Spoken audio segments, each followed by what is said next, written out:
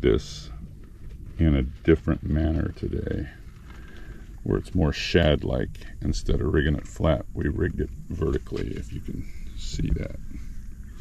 And you will be surprised how it swims and the reaction it gets.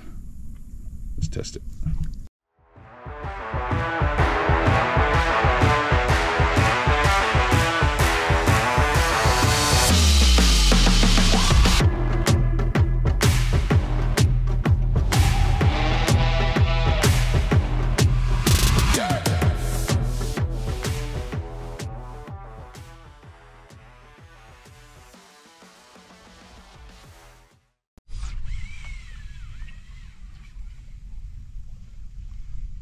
Yeah, vertically rigged, that works really good, and it sinks a little faster, so it gets down to their level quick, versus when you rig it horizontally where it looks more frog-like or crawl-like. This way it has a more shad profile, more pinfish profile, more mullety profile. Just in general, it's just a good look.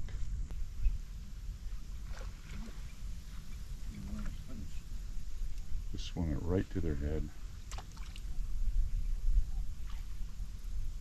Got him. Yep. There we go. Oh yeah. Nice. The swimming action, just especially with the two legs on that bait, it's pretty good. It doesn't get much better.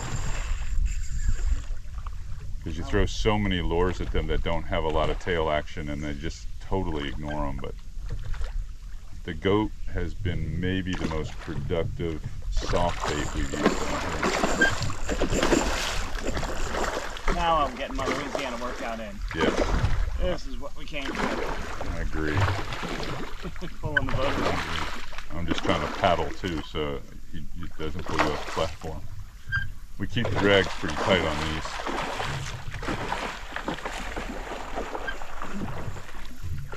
And I'm going to put the pole down so it keeps your balance. Power pole is initiated.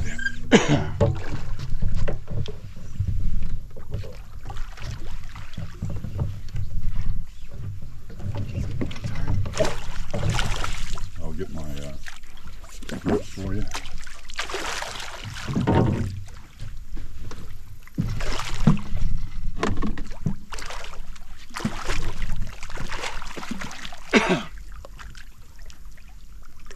Good representation. I'm not going to bring this one on board that much. Yeah, just because there's a little bit of blood. What a great shot this is.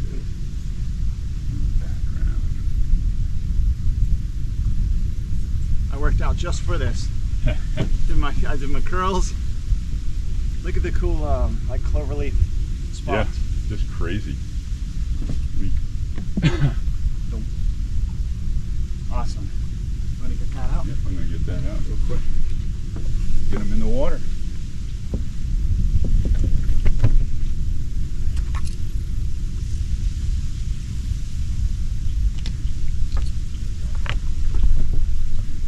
Get your release.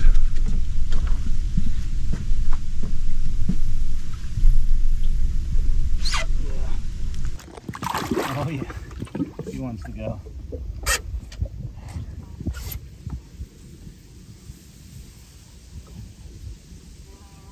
Now where's all that energy you just had? Oh, he's going to take off.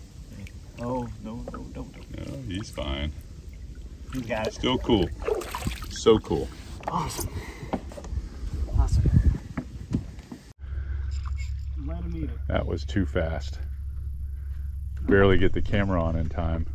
It was like I see one and you dropped it, a dime on him. Wow.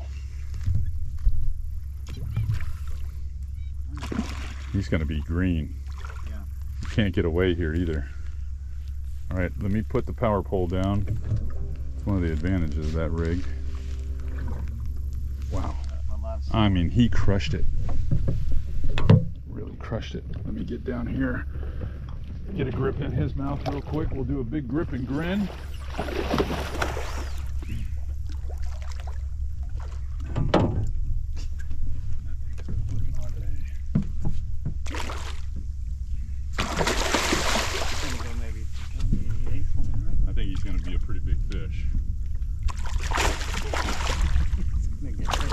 It's gonna make it fun to grab a hold of too. Go down on a little bit.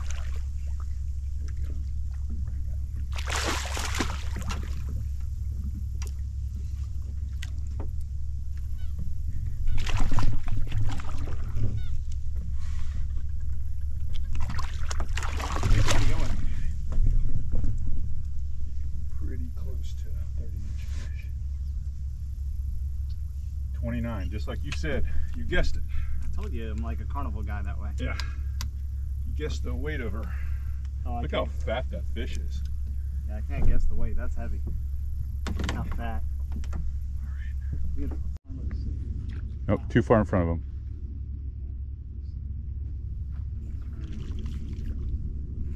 You can do it. You can do it. Perfect, perfect, perfect, perfect. Oh, he's following it. He's gonna get it. He's gonna get it.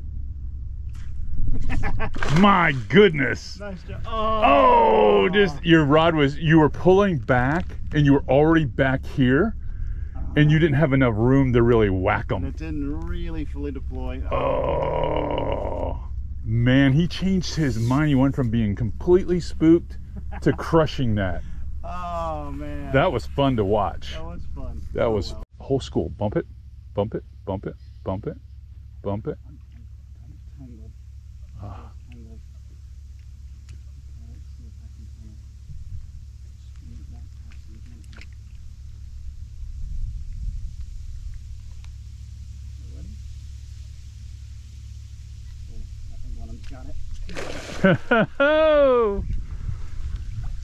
Not exactly the size we wanted, but when I saw 6 or 7 of them coming, I was like, one of these guys is going to eat this. I would have been so disappointed if we didn't get one of those, because I mean the whole group was coming.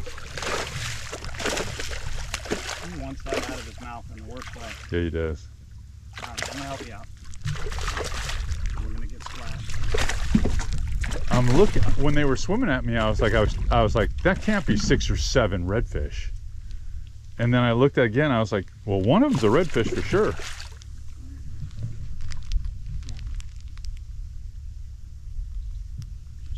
Be calm. There we go. That was one of the bigger ones of the group too. Beautiful fish. Yeah.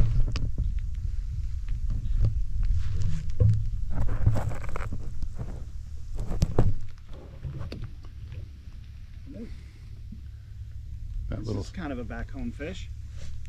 Kind of, yeah, let's say probably 24. pretty close. Something like and that. and heavy. Wide body for that size length fish. Yeah, it's not bad. All right, I'll let you go. Do you ever catch them any further than 8 feet away from the boat? No. I don't even think you've made an overhand cast to catch one yet. No. The funny thing is at home, it's a lot of those kind of shots. And I don't see that good. That's crazy. All right. All right, guys, we're going to take a moment here and talk a little bit about the rod and reel setup that Robert was using today to catch the redfish in the black drum. When I come out here with clients, some of them want to fly fish, some of them are fairly adept with casting gear, but most of them end up throwing spinning gear to all these big fish in this grass. The toughest thing to deal with is we've got water temperatures that are in the mid 80s all the way up to the low 90s, depends on the time of the day. And you can't let these fish expend themselves to the point that they're so exhausted that they can't recover. And you try to release them and they just go off and they roll over and die. So after years and years of being out here and understanding how it has to go, you really do have to use a stick. I mean, this is a stick. This is a 7.5 foot heavy action rod. It throws everything from about 3/8 to 1.5 ounces very well. This rod, if I back up a little bit here, it shuts off in like the top 4 or 5 guides. So it is a very fast rod. So it's heavy enough to throw something like a swim bait, but it's got just enough ability to cast one of these lighter baits. Now, when you watched Robert fish a lot with this particular bait, this is the goat rigged in a more vertical format, a more straight on format to give it more of a bait fish like profile. he was basically casting it underhand, where he just reach out and drop it on the fish. That's what we try to do here, is just reach out and just drop it right on the fish and let it fall down. Most of the casts are within 25 feet. When you stick the fish, I've got the drag fairly locked down on these things where it's hard to pull out.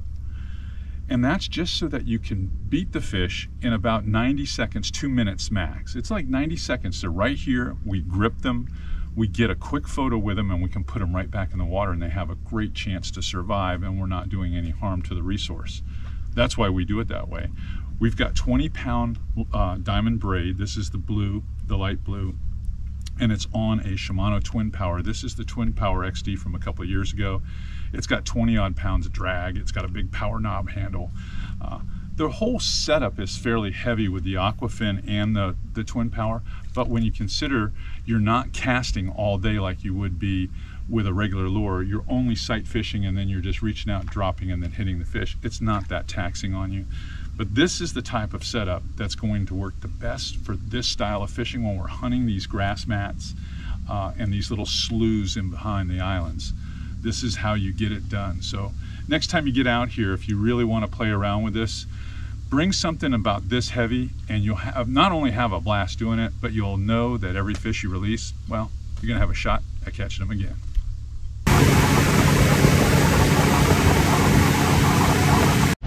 So back here at Cypress Cove Marina with Robert Mealy, who's been my victim for the last 2 days. Now, I didn't really incorporate all the rain that happened over the last 2 days, but we've basically been playing thunderstorm chess out here on the water, trying to make something happen with challenging light conditions. But wanted to share with all of you just some of these techniques that will make your day in the marsh go much better, and it'll be much better for the fish if you employ that rod and reel setup that I shared with you today, the Fitzgerald Aquafin Heavy, kind of an overmatched reel, and just make something happen for you in under 2 minutes. It'll make you very happy, and it'll put the fish back on his way pretty quick. But that's all we've got for you. If you like what you see here at FlatsClass YouTube, I encourage you to subscribe. We love having our subscribers, and why would you not want to miss episodes like this, or all the tips and tricks that we teach here all the time? And when I say all the time, I mean every day. And also, you know, our Tidewater Diary podcasts are here, and so is the television show. We put one of them on about once or twice a month.